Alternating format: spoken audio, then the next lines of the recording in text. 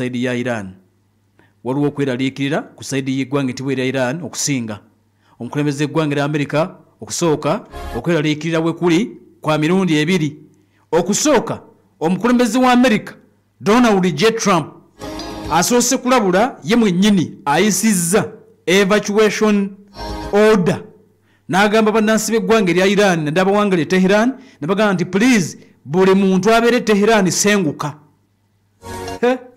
Trump wa America si wa Isiraeli si mwogezi wa gavumenti ya Isiraeli si yayogera gavumenti ya Iran naye nabagamba nti ono ye talinda kumwogerera ayogera nnyo mu lutalo luno ayinza okuba ayogedde n'okusinga bakulembeze be Iran ne Isiraeli kyova bamuyita kawandwa bigambo tasirika kakati avudde n'agamba nti buli abeere Tehran please senguka kati kyova nti ennaku eziddako mu lutalo luno ziyinza okubeera nga zigenda kubeera wasi okusinga ne zetulabyeko 5 sofa kubanga Iran agambye nti buli muntu ali Tel Aviv ng'oli kumpi n'ebifo ebyenkizo vaawo ne bagamba nti olulumba lubateekateeka terunaba kujja lubateekateeka okukola ku Isiraeli mu byafaayo terubangawo Isiraeli tekirabangako ekijja oba kiki nze naawe kakati ku saidi yaabwe Trump yayogedde wa America agambye buli muntu awangaalira mu kibuga Tehran please leave as soon as possible. Balagewa simanyi ne babagambye nti please you can leave as soon as possible kiki ekigenda okuddako wano America kiki lwaki America yatandise okulabula kyovola magambye nti waliwo obubonero obulaga nti kagogo omulala gwe bayita America ayinza okubanga ekyo kibadde kimu ekisoose okulabula Iran kimu kyekigenze maaso n'okulabika nti kisoose kuvaayo okulabula eggwanga lya Iran kati ekyokubiri Donald Trump abadde mu ggwanga lya Canada nga bali mu meeting ey'amawanga gannaggwedda ge bayita G7 yasoose bagamba nti mwakola bubi ebino obigoba mu Russia tulina ensonga zitwetaaga okugonjoola nga Russia waali kale katugambe nti babadde balina bye bagenda maaso n'okwogerako bunga bammemba ba G7 amawanga amanene 7 okwetola ensi yonna kagurupu k'amawanga amanene babadde eri mu Canada naye meeting nga tennaggwa bamukubidde essimu namugamba nti sooka okumewe waka jangu Trump ampuliriza ennyonyi agirinnye mu kiro misinde ne bamugamba nti waliwo meeting eya National Security Council ya America akakiiko ak'okuntikko ak'ensonga za security ya America nga kagenda kutuuza meeting kati mu buli ngeri yonna nga commander in chief ye Donald Trump bamwetaaga ne bamugamba nti meeting gy'olimu tugimanyi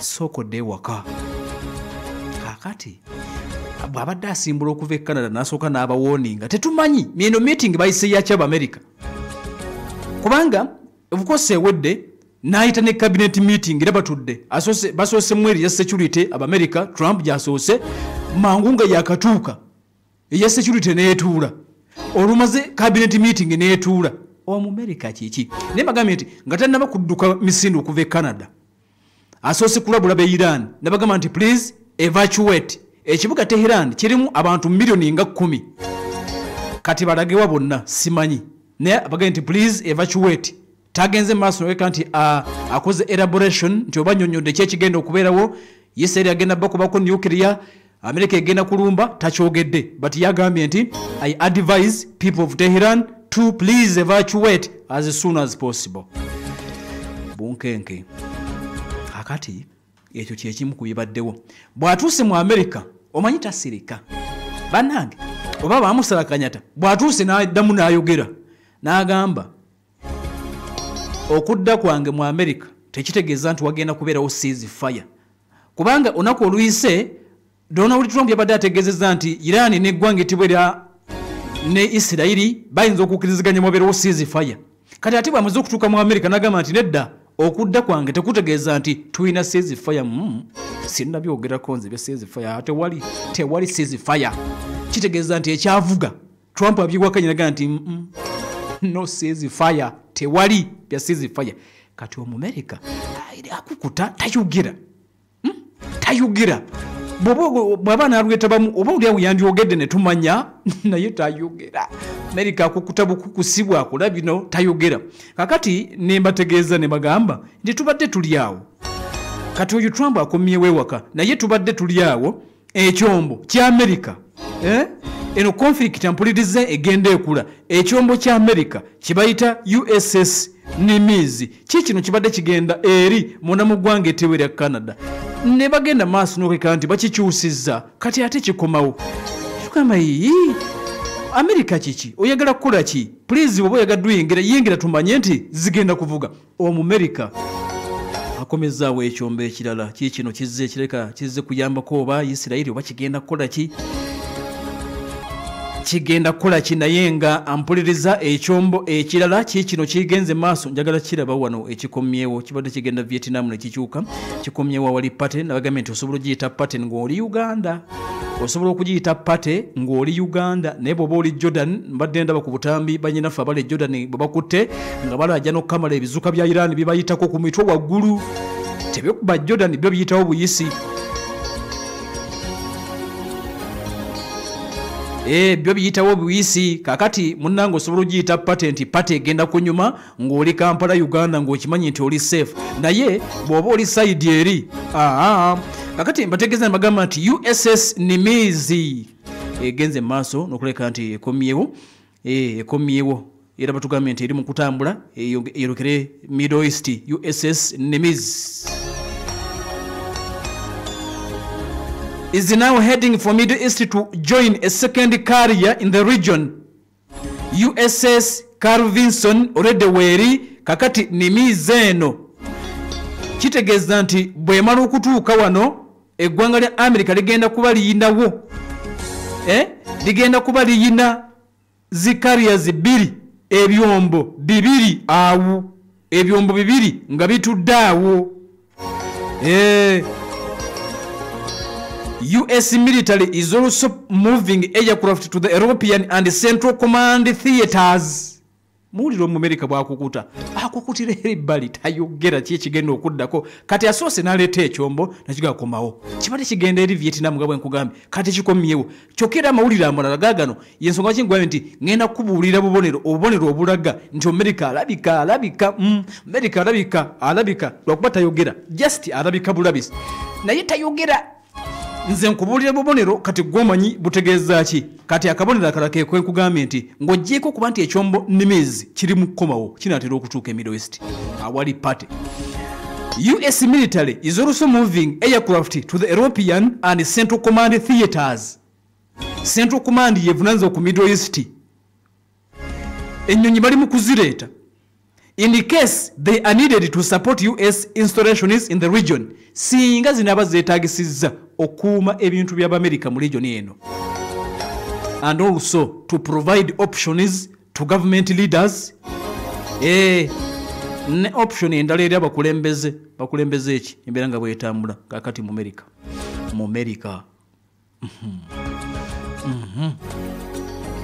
Embeera nga bwegenda maaso n'okeka nti etambula bwe bityo bwe biri Nimitz egenda maaso n'okuba nti ekomawo. Kakati abatambulira ku kyombo kino ekiyitibwa Nimitz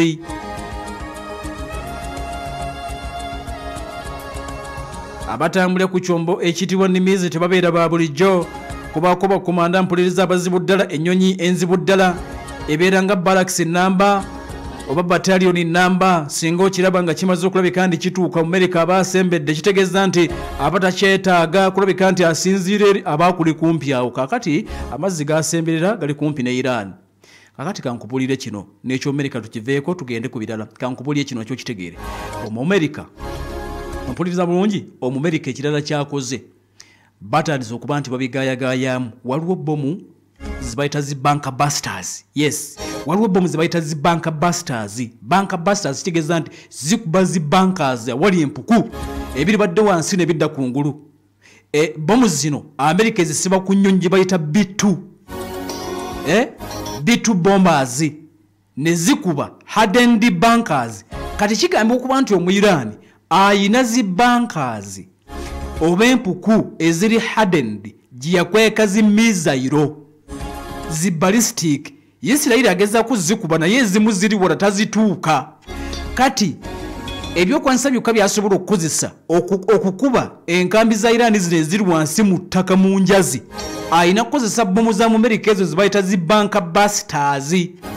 Ate nga bbomu ezo okusinga ennyonyi eri eya B2 yeyina okuleka nti ezikasuka. Kati Amerika nti akyandise okirowoozaako Israel okukuba naye ballistic z'omusajja eziwerako ntatuuka gye ziri. Kaakati nti Amerika atandise okirowoozaako baagala okukwata zi bunker busters zino baziwe mu Isirayiri. Baagala okukwata zi bunker busters zino baziwe mu Isirayiri badde eri baseke. Badde eri katebe baseke kasita bakwata zi bunker busters zino tezimanyi nti oba wakikweka mu fuuti mmeka tonyumya nga bazireesa za mu Amerika. Bomu kika kya bunker busters mbagambye nti oba kiwakukulira kiri wansi mu ttaka banga ki bakifuula nekidda ku ngulu. Kakati nti Israel yakubya akasimu. Hello? Ballistic tuzinoonya zikyabuze endala. Bunker busters yes. America naga yes no yes no. Omuisraeli yakubye dda akasimu ayagala bamwezi bunker busters agende asanyalaze enfo za Iran ezikyamulemye okutuukako. Jukira nti mission ya Netanyahu ayagala zi mizairo enkambwe zi ballistic zi Emad zi Sejil zi Koramusha zi Haji Kasim Iran yazikukulira wansi mu ttaka ajaye emwemu n'agikuba ku kibuga Tel Aviv. Kati Omwisraeli agamba nti please America zimpe mpazi bunker buster mukube yajja kumpulira. Kati America agambye kankirowoozeko tulabe kye tugenda okulabeka ntukola tetunnamanya walu approval yet naye nga bakirowoozaako ate singa kinaba kikulowoozeddwa kukitegeeza nti America ina option okusitula ennyonyi singa America aluyingira. Already ennyonyi ezikuba bunker busters oba ezeetikka zi bunker busters zino ennyonyi ezo zibayita zi B2 bombers ziri already deployed kumpi ne Iran. Akazinga ke twagamba ke bayita Diego Garcia ziri awo ziri kumpi ne Iran ezo zizisitulwa bomu enkambwe zibayita zi bunker busters. America azireeta dda weeziri awo. Okiraba nti alabika yakikola akigenderedde weeziri awo singa America aluyingira ajja ziwangamu buwanzi zi bunker busters zigende munda mu ggwanga eritibwa erya Iran. Ezo bomu zenkugambye nti n'emizinga gye baakukulira America baasobola obbikuba ne bivaayo byonna ne bidda ku ngulu osaaga na bigambo. Report in depth. New video today from Israel's military claims to show. You tell us your side of the story. Hamas has underground tunnels and basements, but they sure know how Pal to torture. FM News and You World. Behind every statement, there is a bigger story. Get the bigger and real story. This is Pal FM. Ekkola ly'omuntu wa bulijjo. This is Pal FM ekula eri omuntu wa bulijjo. Yenzo omukugulu kungunuhu olutalo nga bulutambula nkakasa nti olutegedde bulungi. So far bwekityo bwekiri tugenda kakati kugendako wano mu minzaani ate tugenda kuleeta ne candidate wo then ate tuddeyo mu lutalo munda mu bisinge by'amakulira ag'entalo ate nno ne munywanyi wa mu Russia kyakoze kibuga Kiev akikomeredde Russia kyakoze Kiev nkoko baana byonna tulina abatubiraba. Super Nassar Primary School Sumeride boarding liva ku kibiina ekya Nassar liva ku kibiina ekyomusanvu